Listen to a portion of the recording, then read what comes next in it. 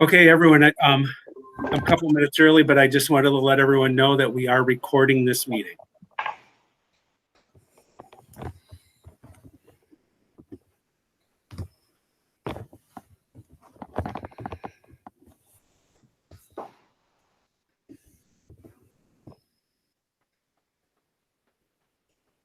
And also, so you know that as people pop into the meeting, because we did provide the link in the notifications, I will be muting them as they come in.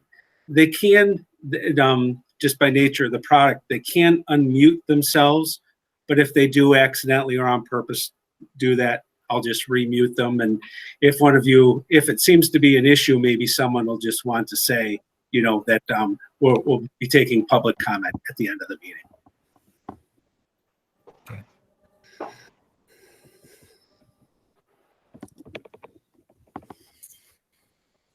Okay, Jim, just clarification on the agenda. I do have guest recognition there's 2 guest recognitions. Are you saying that we're going to bypass or? I don't know. I to be honest with you, I did not look at the agenda. So Ryan may be going right along with her. Maybe there will be 2, but I will. You let us know if there's anybody. Okay, right. Yeah, because that'll be the very first part after I call the meeting to order. We'll suspend the pledge, and then I'll go into guest recognition. I think is to where our agenda follows. So I'll follow our agenda, and if we have someone, then we'll take their comment, and then we'll have another one at the very end too. So okay, perfect. I'll follow your lead. Okay, thanks.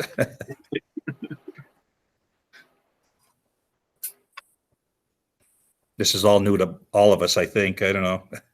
I did like I said, I did a Zoom last night with Rotary, and that was the first time for me. So it's a brave new world. We were talking earlier, just think of the skills. If there's, a positive takeaway from all this, all of these skills that everyone is pushing themselves to learn using the technology. And, all of our staff will have all sorts of new skills that, if they didn't have them already, they'll have them now. And they'll really be much further forward than we would have been. Yeah, with our 3 kids. We're missing Beth, but I think she's trying to get on now. I can't see her. Yeah. Oh, no, it looks like someone's trying to get on. Ryan. Oh, there's Ryan. Oh, that's Ryan, right? Yep, I'm in. Okay, so we're still missing Beth. Yeah. Ryan, I think you're muted still. I know she told me that she was good with remoting in. So I don't know we if she practiced. Okay. So there's the phone number without a person. Picture on it. That's the phone number is Roseanne Jakura, who's joining us. She's listening. Okay. Yeah. Okay. So I don't see Ryan in my screen here, but it says he is also here. Ryan, would you mind clicking on Rodney's grid view? Oh, sure. Oh, I love the grid view application. Isn't that awesome? It's great, yeah. Because we've been using it. Well, I have some experience now because all my kids are using it with the school. Gotcha. So that's why I feel more comfortable because I've been watching them and doing it more. And at work at Monroe One, we're using Microsoft Teams, but it seems to be just the same type of platform. There's a tech at a hospital that wrote that, and he just gave it up for free, letting people use it. Yeah. That with Teams, I don't know if they have that application yet because we just have the shows a few at a time grid, not everyone. Yeah.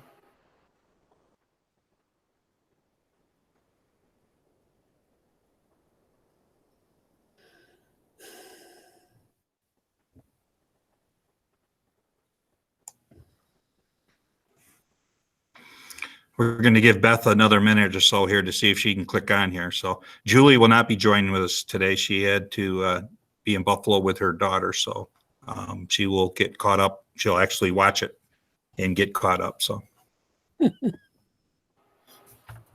Jim, would you mind resending to Beth? I can't. Resetting that?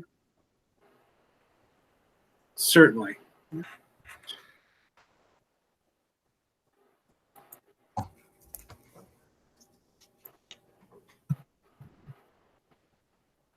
Oh, your mic's off. That's what.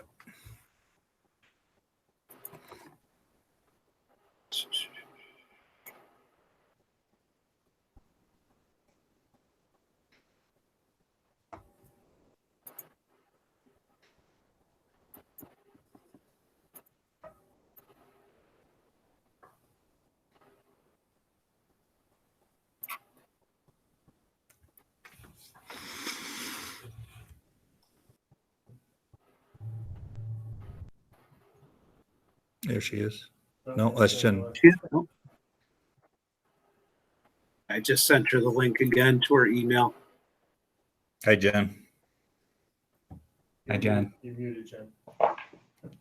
Yeah, she's muted. That's all right. Ryan, are you muted still? You're showing muted on my screen without him.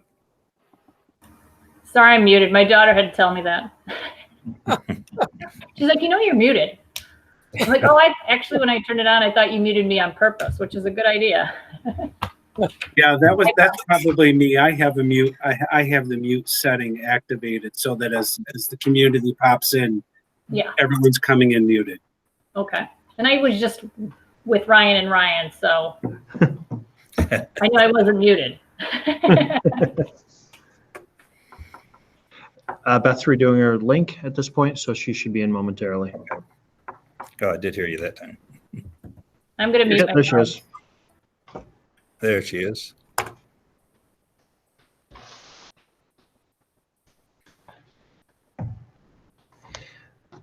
All right, Kristen Murphy, you're good with the notes?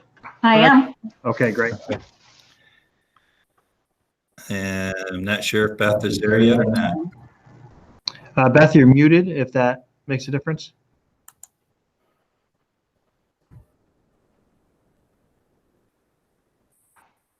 Beth, can you hear us? You want to unmute?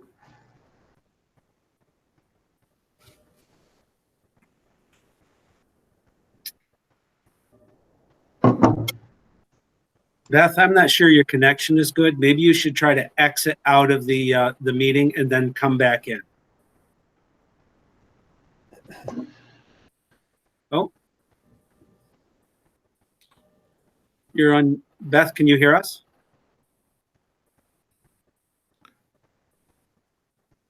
Beth, can you hear us? Oh, looks like she's making progress. I'm getting a lot of feedback. I'm not getting feedback. You got headset on? Oh, you do?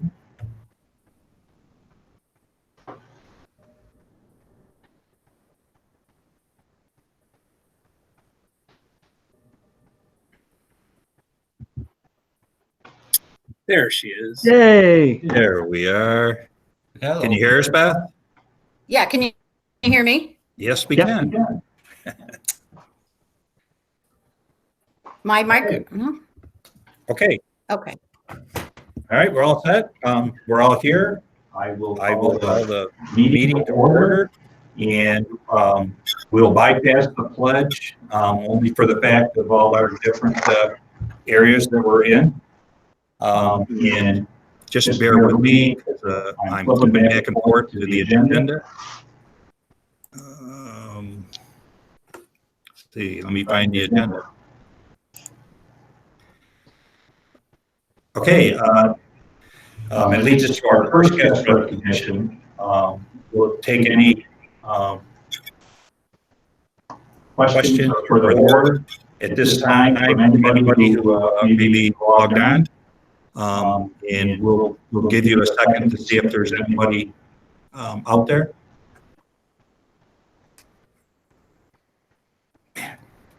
I know that Roseanne Jakura is joining us via telephone, but she said she didn't have anything that she wanted to share at the time. So.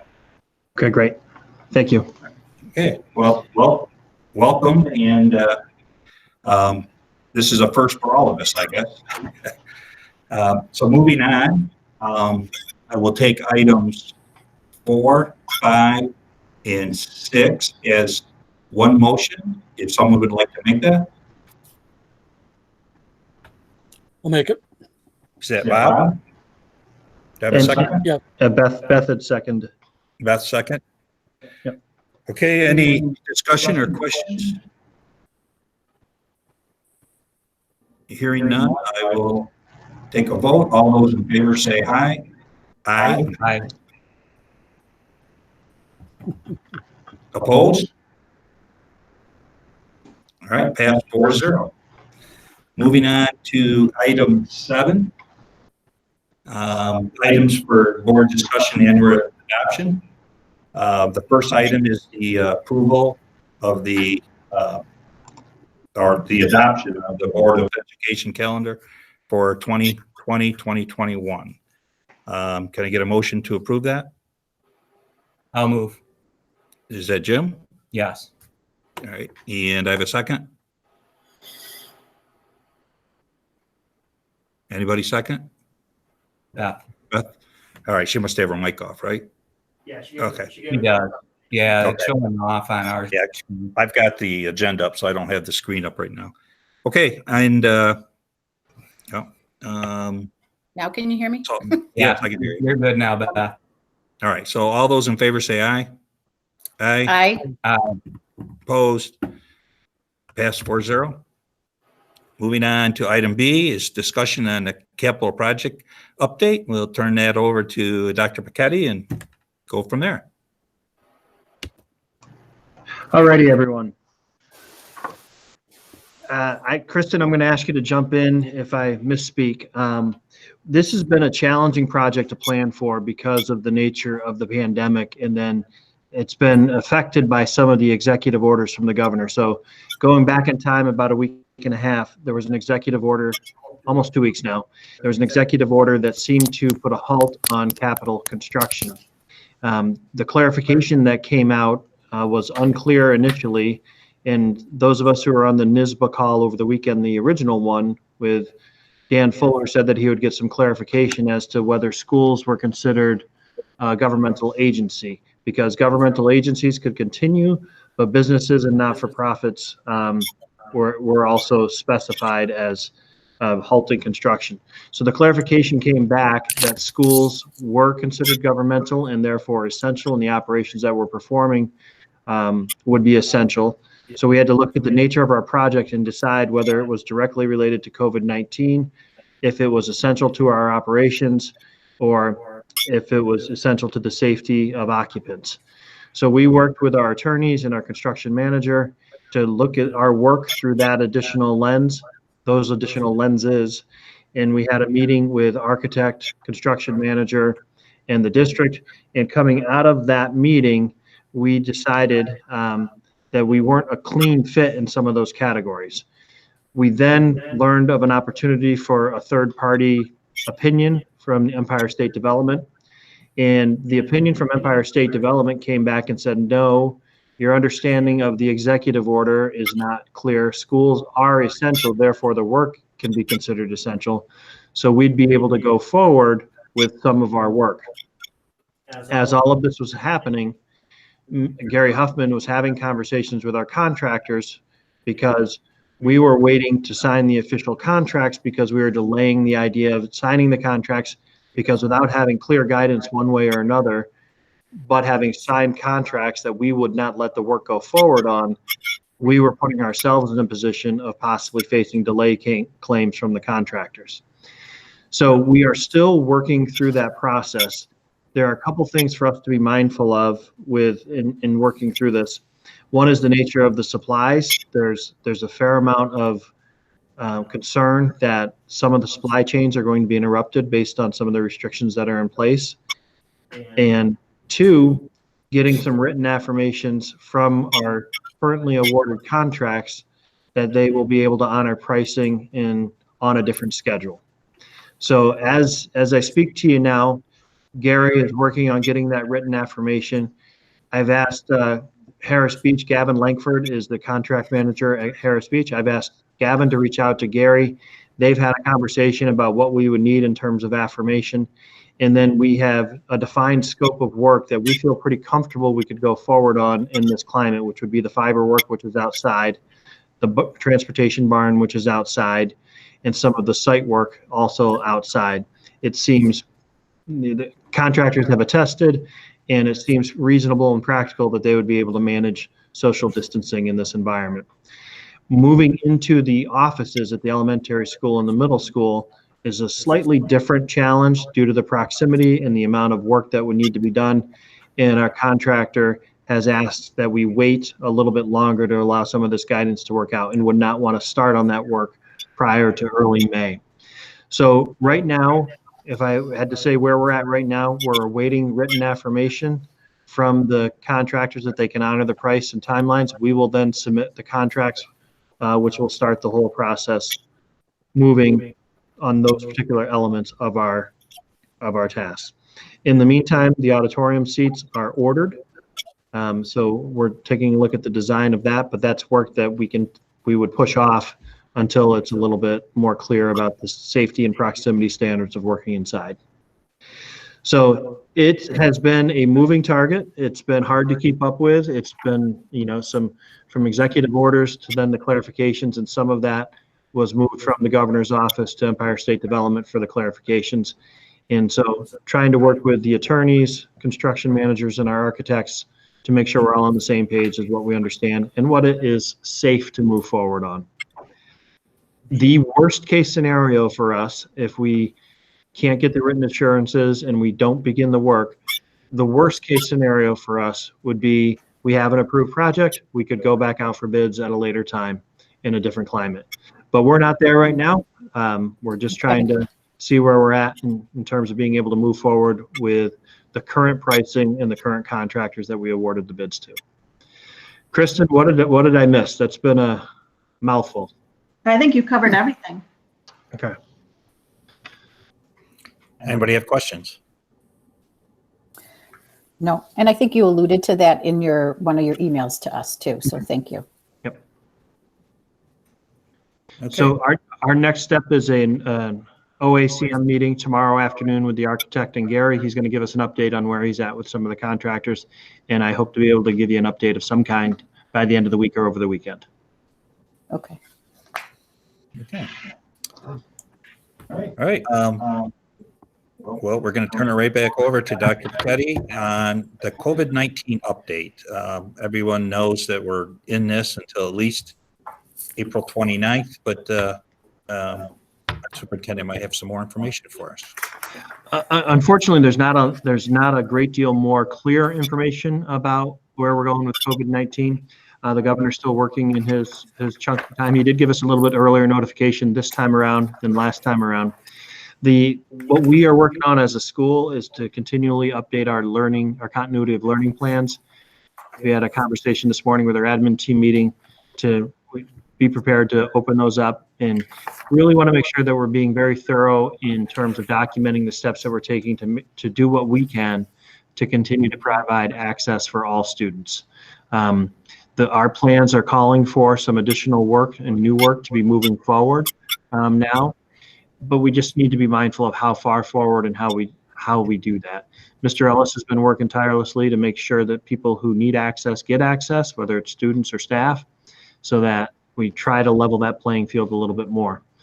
So my understanding from the state is that the continuity of learning plans are going to be sent back to us. They're going to be opened up for us to add some additional pieces of information to. We'll do that as a team in the next week or so, and then we'll resubmit those to the state.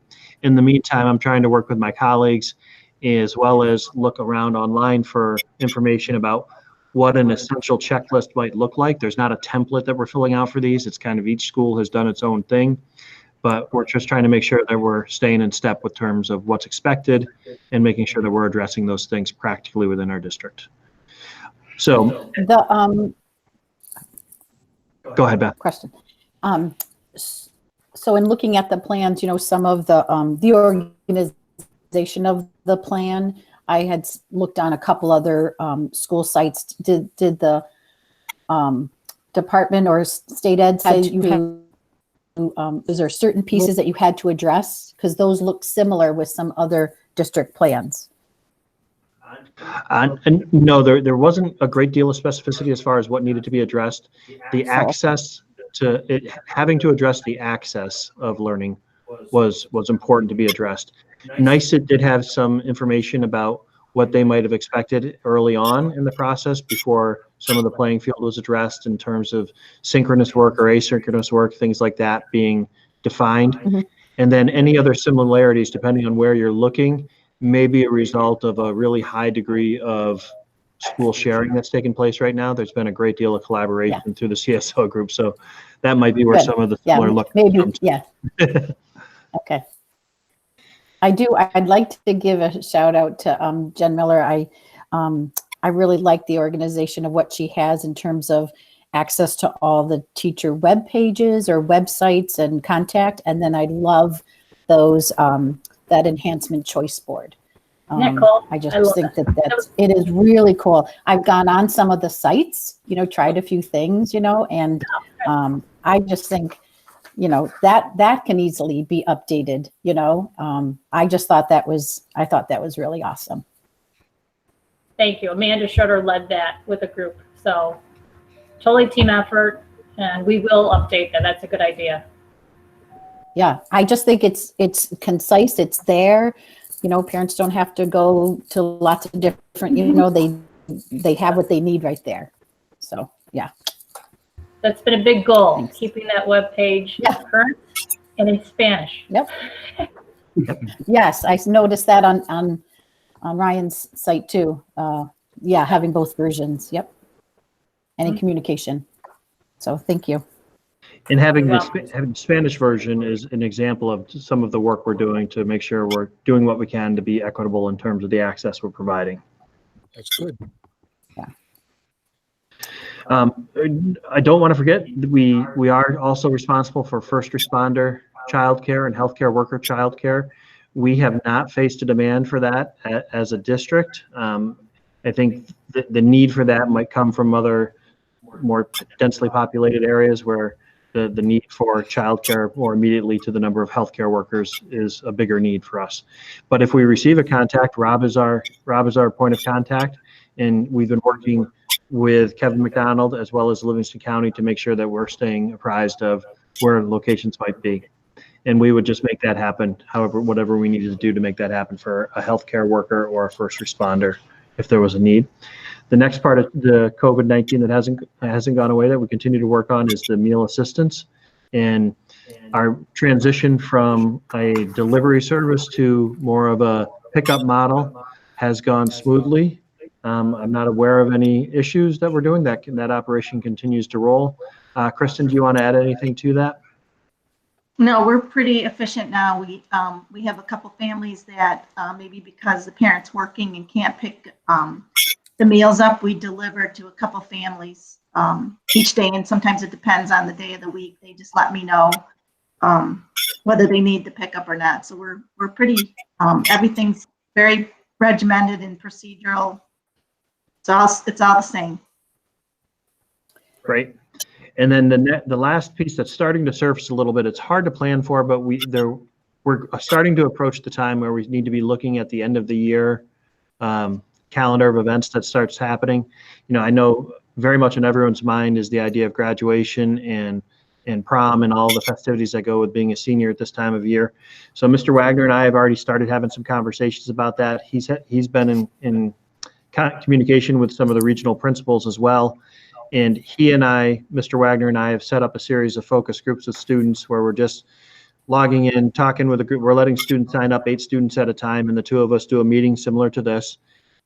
And we just have a couple of series of questions that we run through, but it's a conversation, not an interrogation. We're just trying to learn how they're doing. What are they doing to stay busy? Is there anything more they think the school can be doing right now? What's going well?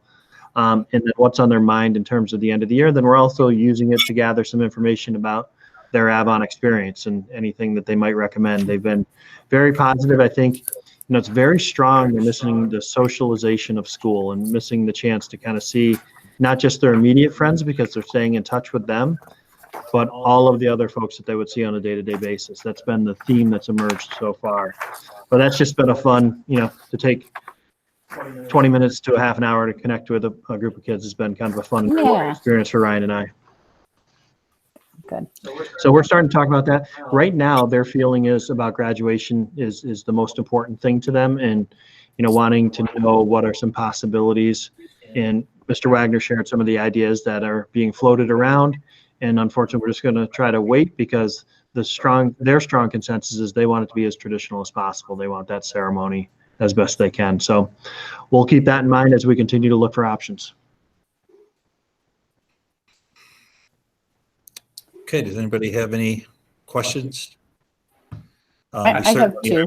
I have Unprecedented times, and I can't thank the staff and the entire staff. This is the O&M, our educators, and everybody for all that they're doing to keep the district afloat, and keeping everything going. And, our technology, without our technology guy there, in the future there, I don't know what we'd be doing. So, many thanks to all of them. So, go ahead. I'm sorry. So Ryan, I didn't know if you had gotten any further guidance from Albany. There's a couple of things that are floating out there. One is in terms of bus drivers and salaries, that kind of thing. Mm-hmm. In terms of the expense-based aid? Or just whether or not, and I didn't know if that was like a district determined, because we're not in school, some districts are paying their bus drivers and other districts are not. And I just didn't know where we stood on that. I know we employ some of them because they're doing some transportation of food and that kind of thing. Mm-hmm. So I'm going to defer to Kristen for some of the specifics on that. I think the blanket coverage that I would offer is that we're in a little bit of a different situation because of our contract for transportation. So the drivers work for First, and they're not directly Avon employees. But Kristen, what else can you add on that one?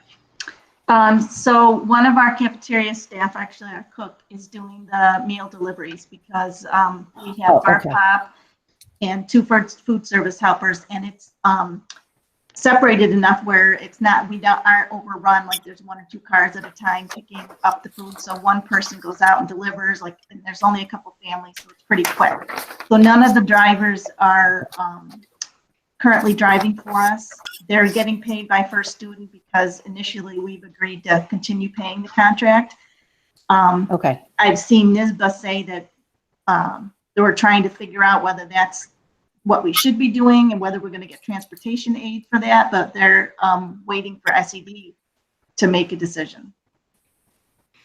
Okay.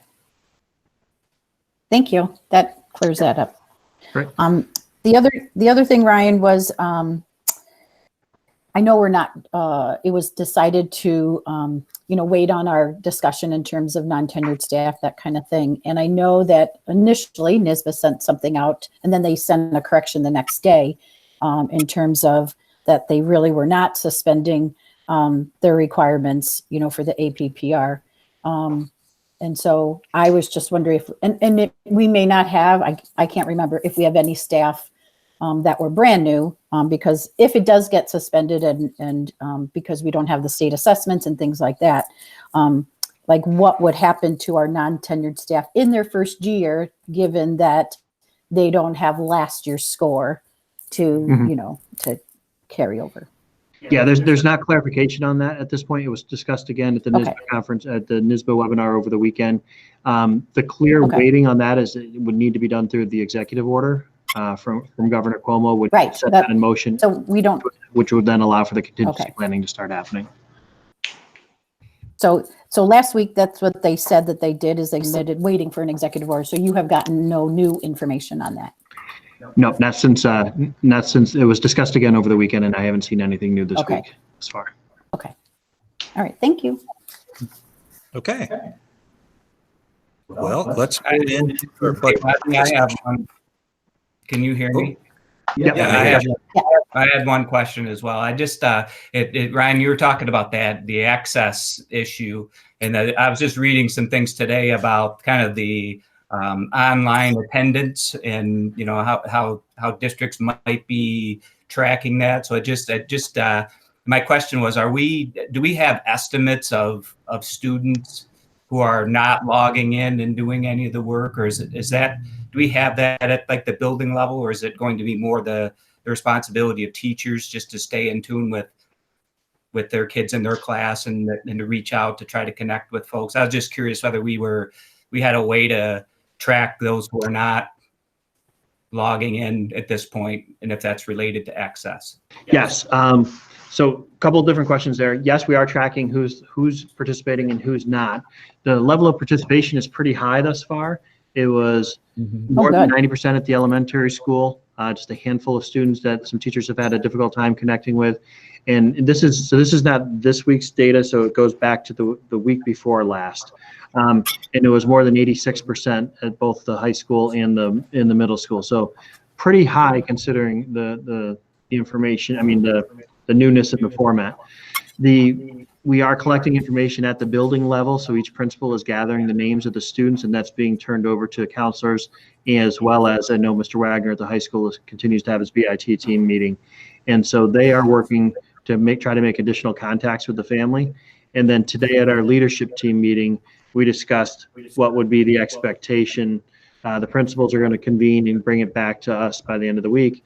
The idea of if a teacher is having difficulty, what do we expect in terms of a communication, a phone call, a letter, before it might go to a more of a support team to try to make an additional visit or some additional connection from the main office. So it's something that we're working on, and in that level of interventions is something that we're taking a look at how we might be able to systematically work on that. And that is something that Jackie is working on behind the scenes. So each of our continuing of learning plans, continuity of learning plans has a section about access where what's supposed to happen is briefly spelled out in that plan. Behind the scenes, Jackie's creating the guidance document that's documenting everything that's happening by building. So that's not something we'd put in each plan, but it's something we'll have from the perspective of Jackie's office about what's taking place. And that's the kind of thing that would inform some of Jackie's efforts too, because there's going to be some crossover between students with needs, whether it's ELL needs or 504 need or special needs, that there's probably going to be some sort of connection with Jackie there too. And so do those numbers include our special education population? Yes. Yeah, that's really good. Mm-hmm. Yeah, and they've actually started conducting CSE meetings this week, and today was the first day, and yesterday was the first day, and it went really well. Jackie comes into the office to kind of be able to have access to what she might need to be able to look up when she's doing that, but connecting with the families, and the teachers have been able to log in and attend the meetings as well. Jim, those are high percentage rates, those for attendance and participation. Yep. Yeah. All set, Jim? Yes. Yeah. And just, I thought the other stat that you put in the report, someone put it in the report that there is approximately 200 students that are logged on at any given point in time throughout the day, which for me, I think is really impressive, right? You think about the length of the day and having that many people participating, I think is a strong sign. I thought that was good. Yeah, that's Mr. Ellis tracking that for us. The man behind the curtain. Thanks, Jim. Thank you. Okay, we'll move into our budget discussion, and I think you all know that the governor has pushed out the election, which is a good thing for us.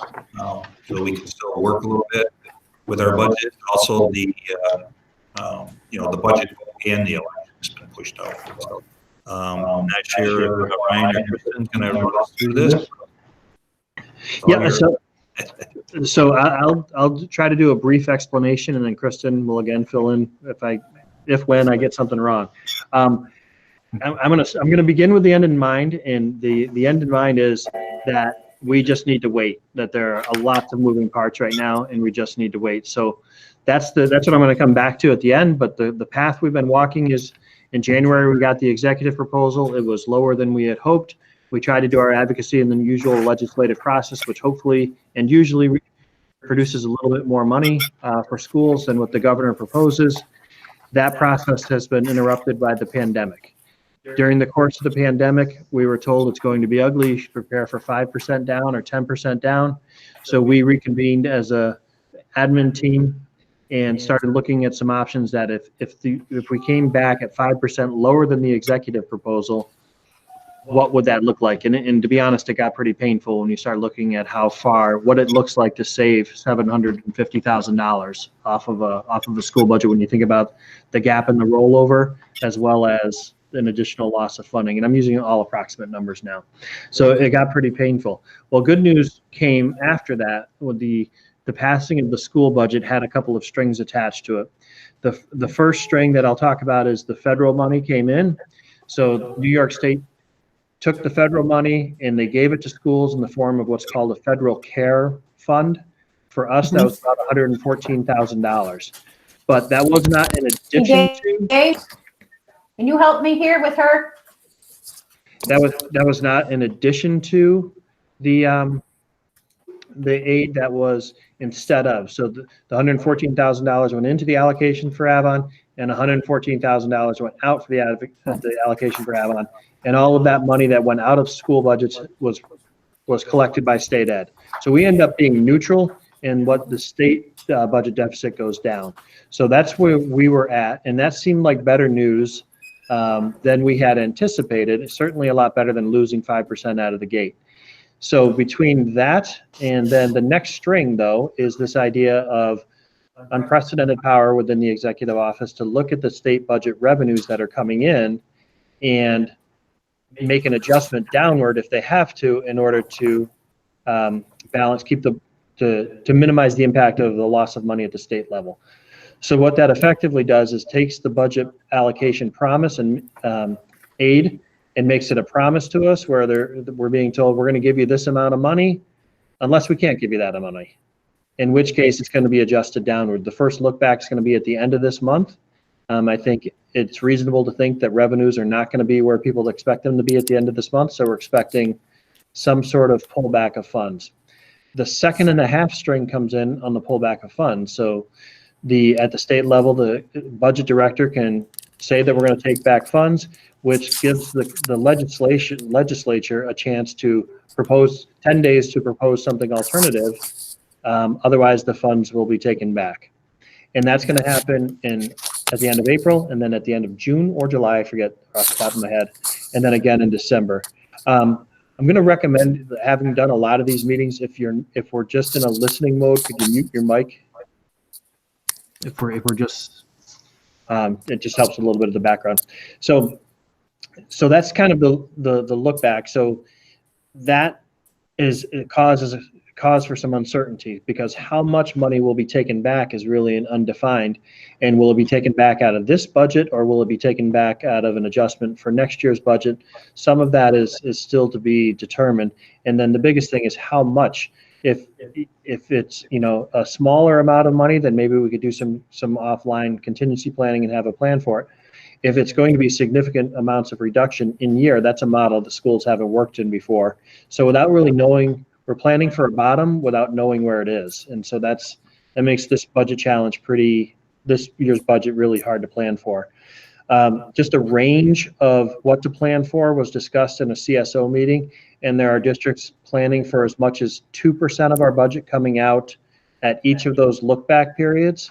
So meaning we plan for 5% reduction. Some are saying it could be as much as 6%, because it would be 2% at the 3 different periods. Another more conservative, or I guess a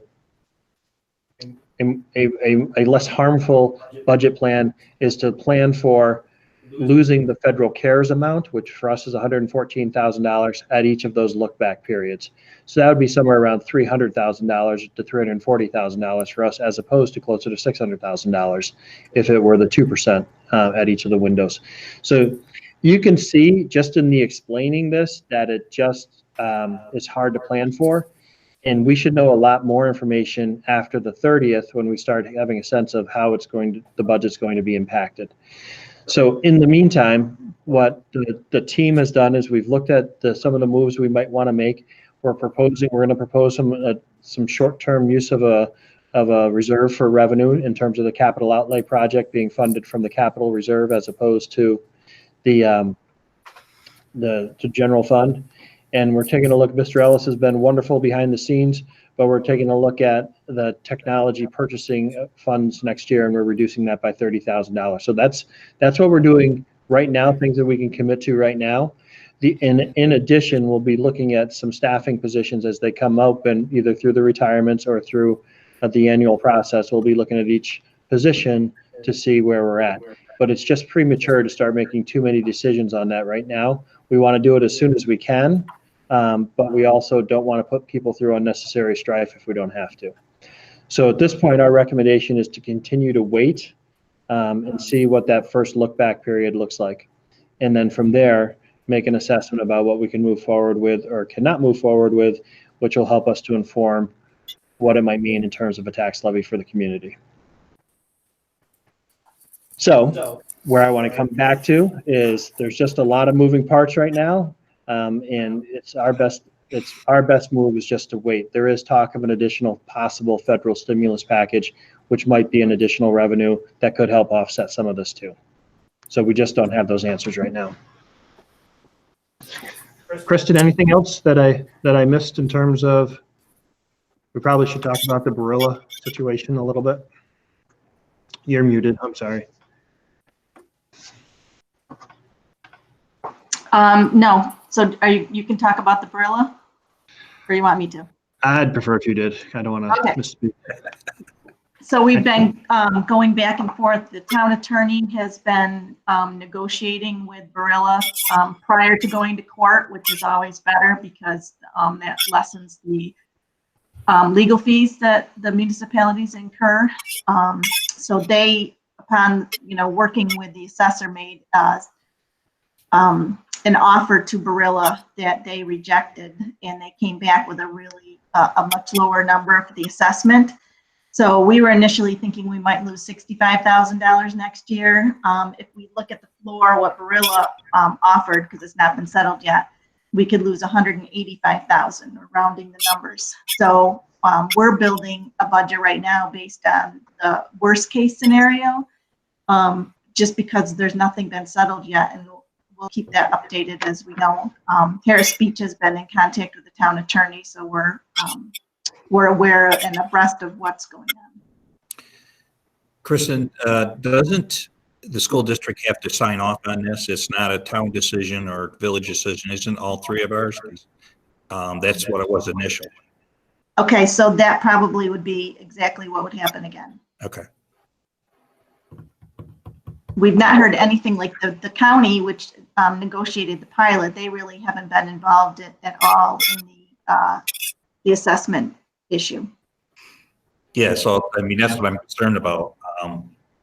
If it goes like it used to, the school doesn't have any say. The town makes the decision, but because that was an empire zone or whatever you wanted to call it at the time, I actually physically had to sign in order for them to build down there. So that was one of the few projects that the school actually had a say in. So okay, we'll see. Yeah, Rodney, I'm glad you brought that up because I recently went through something similar. When I was at Pal Mac, there was a similar situation with a corporation that had a certain assessment, and then when it came to the end of the pilot agreement was pushing for a lower assessment, and it did need to be a collective process. So that's something that Kristen and I talked about, and we're trying to set up a meeting with Harris Beach for Kristen and I to learn a little bit more about the lay of the legalities. Remember, this is a challenge to an assessment that's in a pilot program. It's not even outside of the pilot, which is really unconventional. Okay. Okay. Question. Did we lose Beth? I think we lost Beth. Her camera had frozen, and she's probably trying to get back in. Okay. Okay. Well, when she comes back in, if she has any questions, we'll go back to that.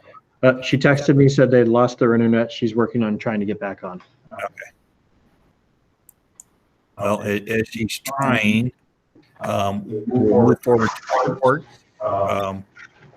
Well, Jen's on, so he wants to say something to them, but as you guys all imagine, the administrators are working very hard every day working with their different groups, getting together. If you have any questions for an individual administrator, please email them, and obviously see all of this. We can see the question and the answer. But Jen, if you have anything that you wanted to say? You don't have to. You say you won't have to at all. Nothing to say other than we are regularly meeting as the administrative team, just trying to get some work done. Headed for, what was that? What did you say? 4 hours. We met for 4 hours. Yeah. I don't know if we've our marathon meet yet. That's pretty close to it. But there's stuff we're working on. We're all enjoying meeting with grade level teams, and parents have been in contact with us. So it's a different type of environment, but I think we're doing well navigating. So. Oh, great. Well, we truly appreciate what you do and all the administrators are doing for us. So thank you. Thank you. And I think Beth is back. Beth is back. She's muted, but she's back. Yeah. All right, Beth, I don't know if you have any questions on the budget. If not, just had Beth speak, is one of the administrators and what they were doing. If you have any questions. Can you hear me, Beth? I don't hear anybody. I can hear you. I don't hear anybody. We hear you. Oh, I'll text her. okay. As I say it again, she can't hear, but I say it Can again. you see us, Beth? I don't think she can see us either.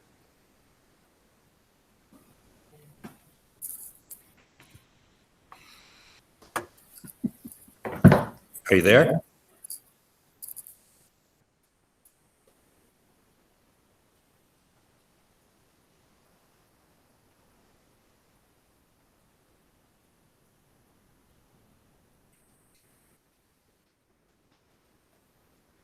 Hello, Beth. I've just suggested to her that she disconnect and reconnect one more time.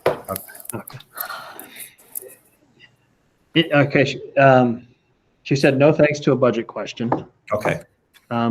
So in regards to the reports, I'm sorry, Rodney, were you going to come in on this? So I was just going to ask Kristen if she had anything and then moved on to the superintendent. No, I'm good. Okay. Anybody have any questions for Kristen?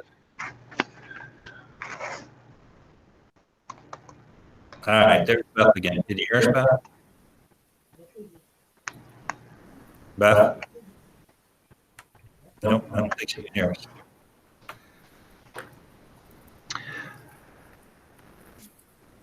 Oh. Are you there, Beth? Okay. We got a little technical difficulty. We'll let Dr. McKinney proceed. So I'm just interested. I'm interested in. We tried as a team. We met about the reports and just. Rodney, you talked about how hard the admin team is working in unconventional ways, and I wondered if we could try a different template format for producing the report. Just might save a couple of minutes, because sometimes some of the administrators were producing a report that they might do for their staff and then repackaging it and putting it out to the board. And then in the case of Mr. Wagner, he was also producing the SMORE to send out to folks. So just thought maybe we could just streamline that work by creating a template that people could just plug into and try to get the board the information in a consistent format as well as an efficient style. I'd had a chance to have some conversation with board members about this when we went to Alexander or when we were in Albany in terms of the NISBA conference. And based on that feedback and what I was seeing in terms of the administrators duplicating some of their work, I just took a stab at coming up with a template that might work. And I'm just wondering what thoughts you might have about this template style going forward. Well, I'll comment first. I think it's a great idea, and now's the time to try these types of things and see what they look like and how the rest of the board likes them. I don't know. Other comments? Yeah, personally, I really like that format that you used this week, this template. And I like how it organizes everything, but then it's about not creating extra work for folks as well. As Ryan had mentioned, we don't if you're submitting other reports, I don't think there's any need to have to try to duplicate another report that you've already had to spend and create more work. So I do like that idea of just putting it together this way. But I personally really like this format that you have right now. Great, thanks, Jim. Beth, can you, you're muted. Beth, you're muted.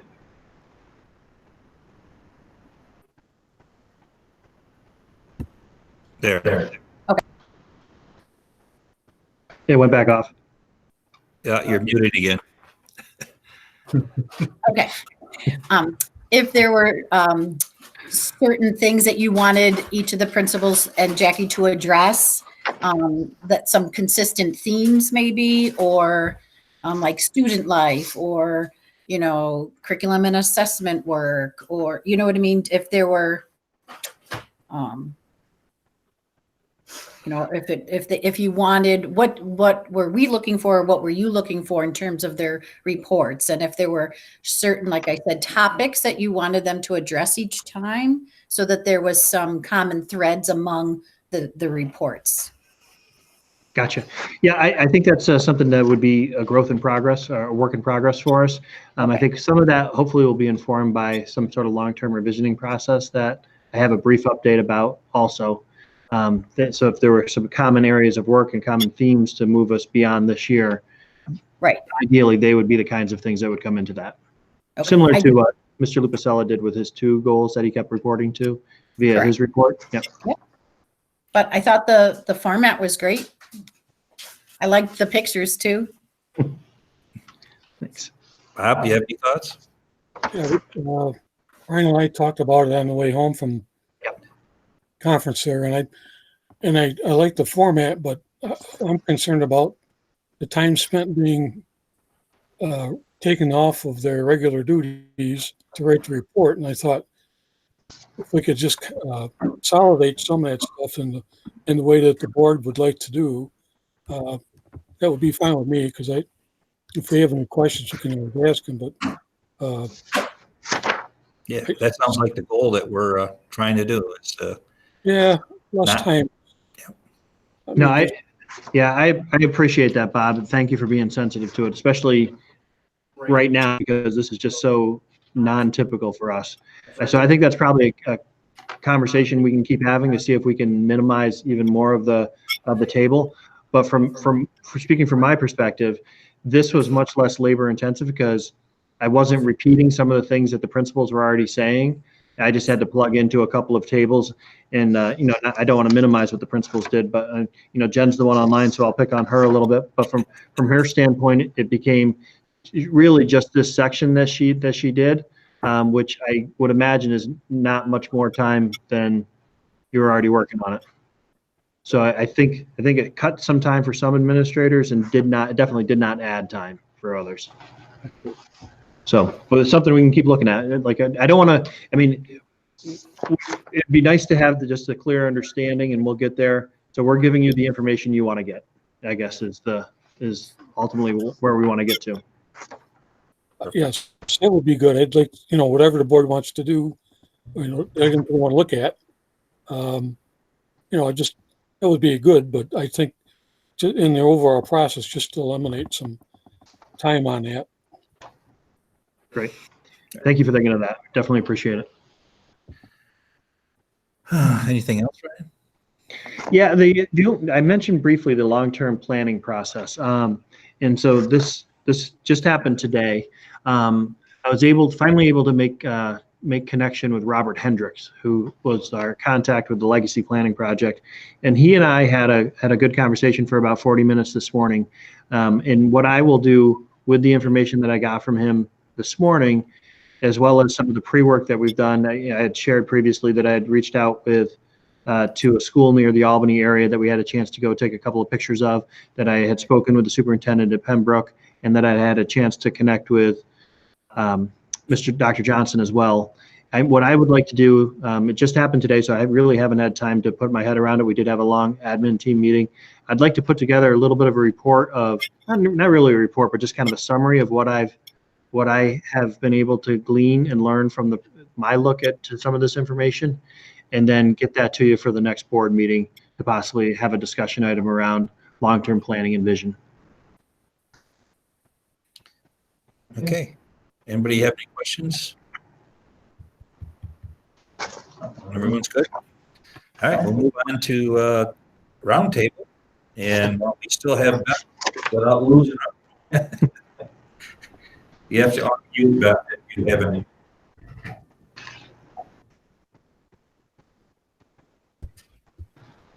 Okay. No, I'm good. I've been trying to stay on top of doing any of the webinars that NISBA puts out. So like the budget analysis one, and I did the 2 webinars on the COVID. So I, just trying to stay up on the resources that are being supplied to us. So, and doing a lot of jigsaw puzzles in the meantime.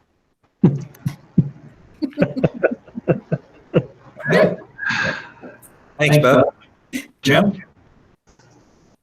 Nothing. I just wanted to just recognize the efforts too. I know that came out a little bit before, just the efforts of our entire administrative team, which reflects in really what the teachers are doing. And I can tell you, I have a good perspective on the other side, on the front lines with 3 kids in school at different levels.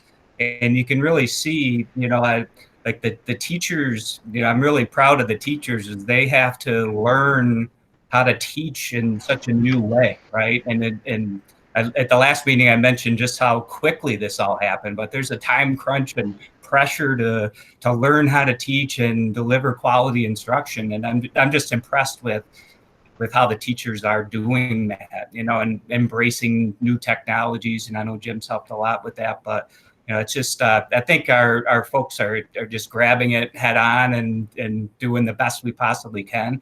And I certainly see that from my parent hat. So, I just wanted to say it's nice to see too that the feedback, I know there's been surveys coming out from Jen and from Ryan about, and they asked the kids, how are we doing? What can we do differently? And they've adjusted accordingly. I know that one issue was that it just seemed to be there's so much coming from so many different ways and it's like how to organize it at all. And then there's a new plan now that we see that streamlines that makes it more organized and more consistent, that for me looks a lot better and works better, on the home front. So that's my long-winded way, though, just saying that I just wanted to recognize those collective efforts, because it's really amazing, and I'm proud of our faculty and staff. Ditto. Thank you.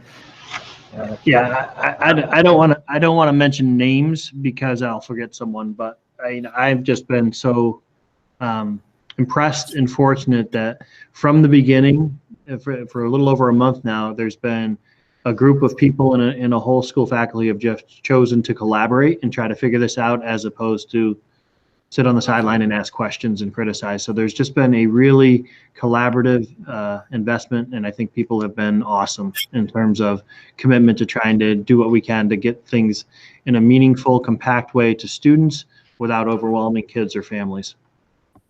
So I've been just really, really fortunate that the culture here embraced this like it did. Robert. Oh, I have to piggyback on that as well. I was hounding about the computers and this and that, and it just all worked out. It couldn't have had any better. Definitely a plan B to work beyond the scope, but I want to thank Jim and his staff for that. And overall, I just want to say hello and thank everybody for all the important work that you're doing with the unknown and the impossible. Great stuff, guys. I really impressed with it. Thank you. Okay. I think Ryan had mentioned it in an email or something, but tomorrow I've been invited to a phone call along with, I believe, Ryan, other board presidents and superintendents, with Senator Gallivan.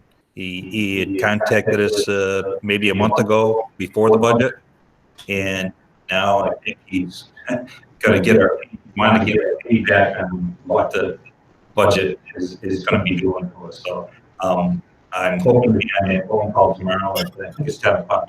So we'll keep you posted on that. Okay. Does anybody Anybody have have anything else for any of the reports? Yeah, Mrs. Miller, it looked like you might be a little low on milk. You might need to. I noticed that. I think it's beer. We just got home from the meeting, so long day. Okay. Let's, the next on our agenda is just to remind everyone our next meeting will be just like we're doing now, on 4/27. I believe that would be a Monday, and we'll call for 4 o'clock again. As far as I know at this time, 4 o'clock on 4/27. That leads us to our last best recognition. Jim, do we have anybody online or anybody who wants to ask a question? There's not. We had one community participant earlier who was listening in, but she's left us. I would just count just a nuts and bolts thing for next meeting. Some of you may have noticed that through the meeting, I was muting you from time to time, just to keep the background noise to a minimum. And I think that we can get the sound issue worked out. So I think, Rodney, what you're experiencing with the odd feedback is because you have a very strong bass voice, and Ryan's microphone is picking up your voice as well as yours. So you get a little bit of feedback, but we'll get that worked out for next time. But so I would just say, I don't want anyone to take it personally if I'm muting you during the rest. It's just to keep the background noise to a minimum. No problem, Jim. We appreciate you being here. Okay. I do not believe we have a need for an executive session. So if there is nothing else, I will entertain a motion to adjourn. I'll make it. Is that Bob? Beth went first, and then Bob was second. All right. Beth and Bob second it. And all those in favor say aye. Aye. I think Jim said aye. We can too. We are adjourned. Thank you all. Thank you all. Thank you, everyone. Thanks. Stay well. Jim. Thanks, everyone. Good night. Thank you, everyone. And I thank you. Thank you, folks, for letting me listen in. I appreciate it. This is Roseanne. Roseanne is still here. I'm sorry, Roseanne. I thought you would left us. No, I listen, but I do appreciate it. And just as a small perspective, I can echo what everyone's saying. People I see across the street, parents, et cetera, say, oh, no, I'll ask them what their student is doing. Oh, he's home online doing his work, et cetera. And they've all been pleased with everything that we as a district and as a school have done. So I feel it in the community, social distancing as best I can. Good. Great. All right. Thank you very much, folks. Take care. Bye-bye. Thank you. Have a great evening, everyone. I'm going to end our session and end the recording. Thank you. Okay.